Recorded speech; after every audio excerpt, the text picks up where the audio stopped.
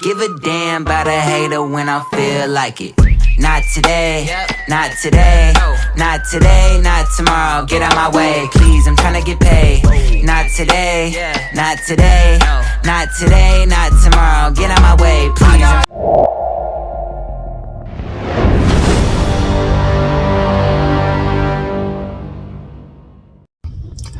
Yo, yo, yo.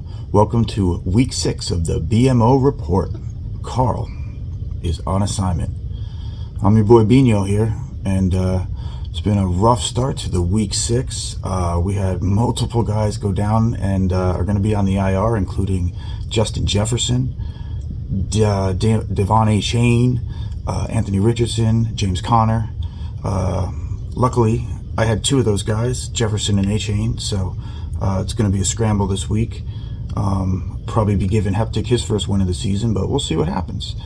Anyway, looking at the BMO so far through week 5, we got one team left who has not taken a loss, and that's our boy.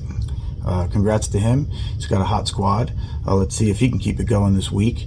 But yeah, great episode on tap as always. We'll get a visit from our friend Uncle Eddie, and we'll check out all the previews for next week. Let's get started with a look back at week 5 in the BMO. We had our first trade of the season this week in the BMO. Uncle Eddie traded Derrick Henry, Brandon Ayuk, and Justice Hill to dumpster fire for Chris Olave, Jared Goff, and Jaleel McLaughlin. Looking at this trade, essentially we traded Derrick Henry and Ayuk for Goff and Olave. The other 2 guys were basically a flip-flop between the teams. Eddie definitely gained an upgrade at QB with picking up Jared Goff. Love is just not going to cut it, I don't think, this year for the Packers. So Eddie definitely needed somebody there. But otherwise, pretty much a fair swap, I guess. Heptic definitely added some depth at running back, which is going to help him down the stretch. But he's 0-5, so he's pretty much in do or die mode. But anyway, that's our first trade this year in the BMO. Goofy up. My goofy up. Uncle. My goofy up. Uncle. My goofy up. Uncle. My goofy up. Uncle. My goofy up. Bitter rivals Big Mike and Uncle Eddie faced off in what would end up being a one-sided affair. Uncle Eddie was hoping to wrestle away a steak dinner from Big Mike this week, but it was not meant to be. A last-minute waiver wire ad of Commander QB Sam Howell proved to be the key move both of these nuts needed to get past a Return of the Eddie team that never really got it going this week. Besides Sam Howell's 29 points, D's nuts got solid efforts from Travis Kelce with 19 and Alvin Kamara's 17. Uncle Eddie got single digits from multiple upper-tier players this week, including Devontae Adams and Derrick Henry. Jordan Love has really cooled off after a hot start and may not be QB1 material this season. We had the Battle of the Joes take place in week 5 in the BMO. Joe H came into this one riding a red-hot Christian McCaffrey, who's been just hammering the points and scoring a touchdown in every game so far this season, while Joe M came into this one with a pretty hot Justin Fields, really starting to find his way this year. Justin Fields turned in another solid performance last Thursday night, dropping almost 33 points against the Commanders. Jonathan Taylor returned from the IR and was active. However, that was a costly play as Taylor only got in on a handful of snaps and scored 3.6 points on the day. Joe H had a chance on Sunday night with Dak and CMC still in play, but both guys underwhelmed, giving Jonestown an important victory to get to 2-3 on the season.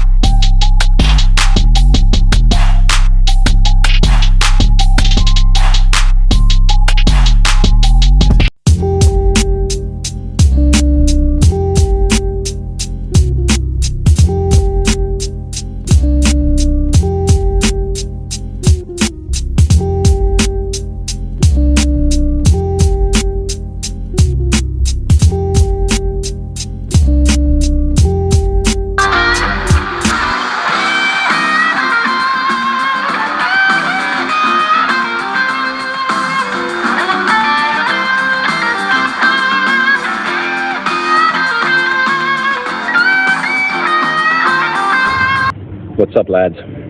Tall Kid coming at you straight away from Dublin. Last week, 2-1. Not a terrible start. Not the 3-0 start we were looking for. Prime time killed us. They had the game in the bag. Blew it in the last minute and a half. This week, maybe we can go 3-0. Let's take a look.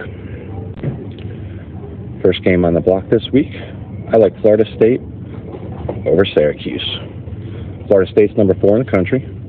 They're at home, and Syracuse got blown out by number 14 North Carolina 40-7 last week. With the spread of 17.5, I fully expect Florida State to cover. For game 2, we're going to go back to the well with the Michigan Wolverines. This game kind of confuses me. The spread is 33.5, and the over-under is 44.5. We're basically saying Michigan's going to win 42-3. Probably.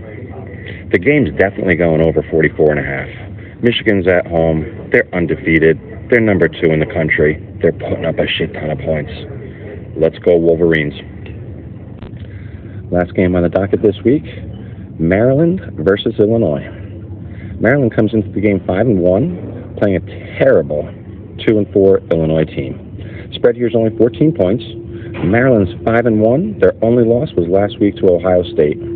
I look for Maryland to right the ship here and beat up on Illinois by a whole lot more than 14. You guys want a bonus bet for this week? Since I'm in Dublin, all I hear about is fucking rugby. But the Irish rugby team is undefeated. They're like 2 games shy of breaking some world record. They're playing the New Zealand All Blacks, who are 3-time World Cup rugby champions. They're like the greatest rugby team of all time. I don't really know shit about rugby, but this is 2 of the greatest teams of all time. It's probably going to be a really fucking good game. I just vote for everybody to beat the shit out of each other, and maybe the All Blacks come out on top. That's what I'm going with. Have a great week, boys. Later. Week 6 in the BMO. We are nearing the halfway mark in the regular season, and teams are starting to figure out if they are going to be contenders this year or just extras on a TV show. Anyway, let's get after it for Week 6 in the BMO.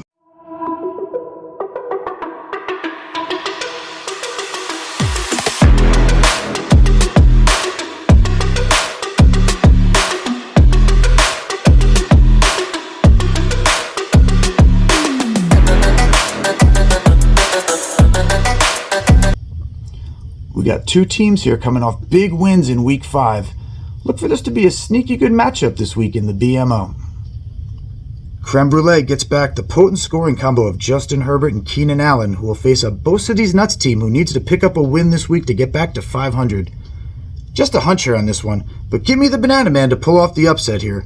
Potential a big game for Travis Kelce on Thursday night, and I could see that Herbert and Charger offense struggle just a little bit against the angry Cowboys team who just took a beating at the hand of the 49ers.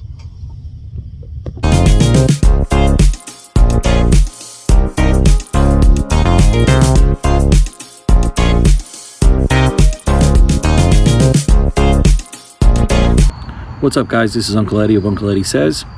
Week 6 of the BMO, a fantasy football league. Week 5 was a roller coaster. I missed terribly on my league picks, but was 3 for 3 on the NFL picks. One thing I got to say, congrats to Boy. Anytime you can put up 200 or more points in any fantasy format is pretty impressive. And not only did he squeak by it, he did it with authority. 212. Congrats, Boy. That's pretty impressive. Also, I think I owe Doughboy an apology. I counted him out 3 weeks ago, whatever it was. But I should have known better. Anybody that gets low like that, you can never count that guy out. He's come back with 2 wins in a row. He's playing a beat-up Joe team this week. Unlucky Joe team. No offense, Joe, but it is what it is. And could easily be 3-3, and he's not doing it with smoke and mirrors. His players are putting up big scores, and congrats to Doe as well. Picks coming up next. First game I want to touch on, guys, is Joe H. and Spoonie Cadge. 5th and 6th place. It's a little early to start talking playoffs, but obviously they're right on the bubble, so good matchup. What's really interesting to me about this one is Cadge has Deebo Samuel, and obviously Joe H has Christian McCaffrey, biggest stud in the league. But they're playing a stout Browns defense, and I think that actually could favor Cadge. Christian McCaffrey might not have the type of performance that he's had. I mean, anybody would be hard-pressed to do that regardless. And Jonathan Taylor came back, got a $45 million contract, and apparently he's going to be the second-string running back. So, Cadge, Amon-Ra St. Brown looks like he's playing. Bijan Robinson's a go. I got to give this one to Cadge. Cadge by 5 points. Good luck, boys. Game 2, Hashim versus Gus. Quarterbacks, I give the nod to Hashim. Lamar Jackson, Trevor Lawrence looking good, 2 wins in London, but I like Lamar Jackson to I think he's going to have two rushing touchdowns this week. Count them, 2. Also like the Cooper Kupp came back. He got 12 targets last week and went over 100 yards. I have a feeling they're going to look to him just as much. He's going to get in the end zone. Questionable running backs on both teams. I gotta think Dallas might start looking to Tony Pollard more because Dak Prescott's just been so fucking bad. And he's a good weapon. I didn't mind when Gus drafted him 8th as much as a lot of people did, but I don't know. They need to start using him. But for now, I kind of like Hashim to win this game. Of course, we all know Gus's powers. I'm not going to get into it right now. I wanted to call this game straight. Get it? Anyway. I like Hashim in this one. Both teams go to 2-4 after this week. I'll take Hashim by 3 points. What's up, guys? I know what you're all thinking. Uncle Eddie, you've been so calm, so friendly this week. Fuck all that. Park that bus to the side of the road. It's time to talk a little shit. NFL picks, week 6, week 5. I crushed it. I told you guys Patriots are a joke, and I'm still telling you that. I love every minute of how bad they are. I told you the Jets win outright. I told you the Chiefs would win by at least 7. I told you the Eagles would handle their business out west. And I told you, well, I at least gave you not so cryptic messages about the Monday night game. This week, Washington, people are down on them because they lost to the Bears, but they got a good D-line. I think they can make the Falcons one-dimensional. I think they can slow down Bijan Robinson. I like them getting 2.5. Second game, Bears, red-hot quarterback. Minnesota doesn't have Justin Jefferson. It's a divisional game, and the Bears are getting 2.5 at home. I'll take that all day with the current situation. Last pick, Houston. Houston kicked the shit out of Jacksonville. They kicked the shit out of Steelers. They should have won last week. Saints have beaten a bunch of teams by 1 point that suck. I'll take Houston at home getting 1.5. This is Uncle Eddie saying if you don't like my picks this week, just wait till the playoffs.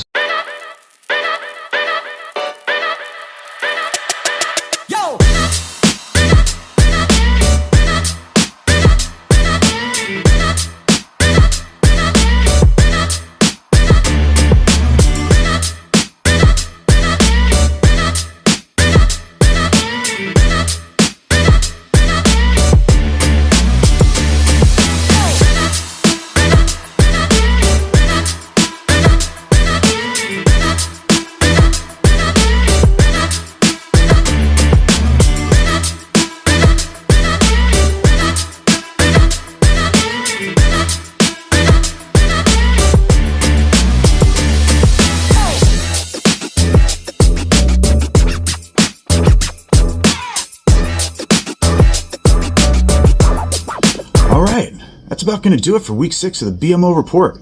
Another great episode, a lot of great contributions. Thanks to Tall, new contributor to the BMO Report, doing a great job with his NCAA picks. As always, Uncle Eddie, another great episode from you. Let's hope for another 3-0 effort. As always, hit that subscribe button, smash that like button, continue to support the BMO, continue to follow us all season long, and we'll see you next week. You stay classy. Okay, let's go.